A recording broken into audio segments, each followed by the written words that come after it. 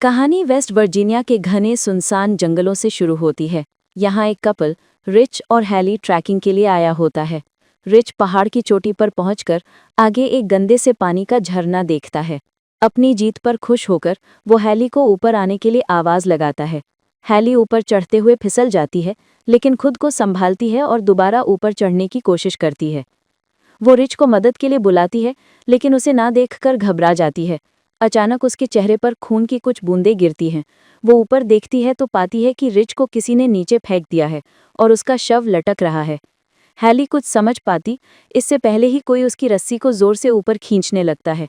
वो घबराकर रस्सी काट देती है, लेकिन पकड़ खोकर नीचे गिर जाती है और वहीं उसे रिच की लाश दिखाई देती है। उसे देखकर वो रोने लगती है। तभी पहाड़ की तरफ से कुछ अजीब आवाज़ें आने लगती हैं। जान बचाने के लिए वो कार की तरफ भागती है, लेकिन रास्ते में उसका पैर कांटेदार तार में फंसकर वो गिर जाती है। तभी कोई अनजान शख्स उसे घसीटते हुए अपने साथ घसीटकर ले जाता है। इसके बाद हमें पता चलता है कि इस इलाके में लूटपाट, गायब होती गाड़ियां और अजीब घटनाएं आम हैं। न्यूज़ में लगातार कार चोरी होने की खबरें चल रही होती है और आसपास के लोग इस जगह पर टोने टोटके और काले जादू जैसी बातें भी करते हैं। अब हम एक नई कार को इस रास्ते से गुजरते हुए देखते हैं। कार में क्रिस नाम का एक लड़का बैठा होता है, जो एक दूसरे शहर में इंटरव्यू देने जा रहा है। रास्ते में उसे भयानक ट्रैफिक जैम मिलता है। काफ़ी देर रुकने के बाद भी जब ट्रैफिक आगे नहीं बढ़ता तो वो कार से उतरकर आगे खड़े ट्रक के पास जाता है और ड्राइवर से वजह पूछता है। ड्राइवर बताता है कि करीब 5 मील आगे एक केमिकल ट्रक पलट गया है और सड़क कई घंटों तक बंद रहेगी। ये सुनते ही क्रिस परेशान हो जाता है और वापस अपनी कार में लौटकर गाड़ी मोड़ देता है।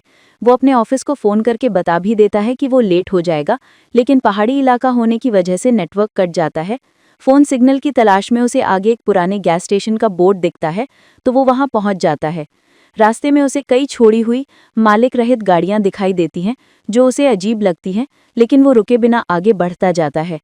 गैस स्टेशन पर पहुंचकर वो मालिक से मिलता है, जो बीमार और सुस्त सा बूढ़ा आदमी होता है। क्रिस वहां लगे पुराने फ़ोन से कॉल करने की कोशिश करता है, लेकिन फ़ोन डेड होता है। वो बूढ़े से पूछता है कि क्या शहर जाने का कोई दूसरा रास्ता है, लेकिन बूढ़ा उसे ढंग से बात नहीं करता। तभी क्रिस की नज़र दीवार पर लगे एक फटे पुराने नक्शे पर पड़ती है, जिसमें जंगल के बीच से जाने वाला एक कच्चा रास्ता बना होता है। वो उस रास्ते के बारे में पूछता है तो बूढ़ा उसे वही रास्ता पकड़ने को कहता है। क्रिस उस कच्चे रास्ते से आगे बढ़ता है और घने जंगल में प्रवेश कर जाता है। कुछ दूर जाकर उसे एक बोर्ड दिखाई देता है, जिस पर शॉर्टकट जैसा इशारा बना होता है, और वो आगे बढ़ जाता है। अचानक सड़क पर पड़े एक मरे हुए हिरण को बचाने की कोशिश में उसकी कार आगे खड़ी कार से ज़बरदस्त टकरा जाती है। हादसा काफ़ी भयानक होता है, लेकिन क्रिस बच जाता है। दूसरी कार में बैठे चारों लोग, जैसी, स्कॉट, फ्रांसिन और कार्ली, बाहर आकर क्रिस को घूरते हुए उसके हालचाल पूछते हैं। होश में आते ही क्रिस अपनी गलती मानता है और कार के नुकसान की भरपाई करने की बात करता है। साथ ही वो ये भी पूछता है कि उनकी कार बीच सड़क पर रुकी क्यों थी।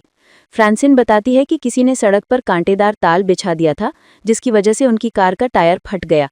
उनके दोस्तों में से एक सुझाव देता है कि वो पीछे वाले गैस स्टेशन जाकर फ़ोन कर लें, लेकिन क्रिस उन्हें वहां जाने से मना कर देता है। आखिर सब मिलकर पैदल मदद ढूंढने निकलने का फैसला करते हैं, जबकि इवान और फ्रांसिन वहीं गाड़ियों के पास रुककर निगरानी करने लगते हैं। रास्ते में चलते हुए उन्हें रास्ते पर पड़ा एक मरा हुआ नेवला दिखाई देता है, जिसका पेट बीच से फाड़ा गया होता है। कुछ दूर जाने पर उन्हें जली हुई टायरें और गाड़ियों के पार्ट्स दिखते हैं, जो किसी खतरे की तरफ इशारा कर रहे होते हैं, लेकिन वो फिर भी आगे बढ़ते जाते हैं। इधर फ्रांसिन और इवान कारों के पास ही होते हैं। पास की झाड़ियों में हलचल देखकर इवान चेक करने जाता है, लेकिन वापस नहीं आता। फ्रांसिन उसे ढूंढने निकलती है। कुछ दूर उसे इवान का जूता मिलता है और उसके पास ही जमीन पर उसका कटा हुआ कान पड़ा होता है। ये देखकर वो चीख पड़ती है। तभी पीछे से कोई उसे पकड़कर मार देता है। उधर क्रिस, जैसी, स्कॉट और कार्ली जंगल के रास्ते पर आगे बढ़ते बढ़ते एक पुराना सा घर देखते हैं और मदद की उम्मीद में उधर चले जाते हैं। घर के बाहर खड़ी दर्जनों पुरानी गाड़ियों को देखकर क्रिस को शक होता है। वो दरवाज़ा खटखटाता है, लेकिन कोई जवाब नहीं मिलता। वे चारों चुपचाप अंदर घुस जाते हैं और फ़ोन या किसी मदद का तरीका ढूंढने लगते हैं। अंदर एक पुरानी डाइनिंग टेबल पर गंदगी जमी होती है, जैसे इस घर की सफाई बहुत समय से न हुई हो। उन्हें अलग अलग गाड़ियों की चाबियां, चश्मे और निजी सामान भी मिलता है। फ्रिज खोलते ही वे दंग रह जाते हैं। अंदर इंसानों के कटे हुए अंग रखे होते हैं। ये सब देखकर सबके होश उड़ जाते हैं। जैसी को वही कांटेदार तार भी मिल जाता है, जिसकी वजह से उनकी कार का टायर फटा था। वे चारों घबराकर घर से भागने की कोशिश करते हैं, लेकिन तभी क्रिस खिड़की से झांककर देखता है कि एक गाड़ी घर के सामने आकर रुकती है।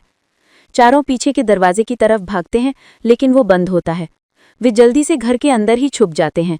कुछ देर में 3 कुरूप विकृत चेहरों वाले नरभक्षी घर में दाखिल होते हैं और फ्रांसिन की लाश अंदर फेंक देते हैं। सीढ़ियों के पीछे छुपे क्रिस और जैसी ये सब अपनी आंखों से देखते हैं और डर से कांपने लगते हैं। तीनों नरभक्षी फ्रांसिन की लाश को मेज पर रखते हैं और तेज औजारों से उसे टुकड़ों में काटने लगते हैं।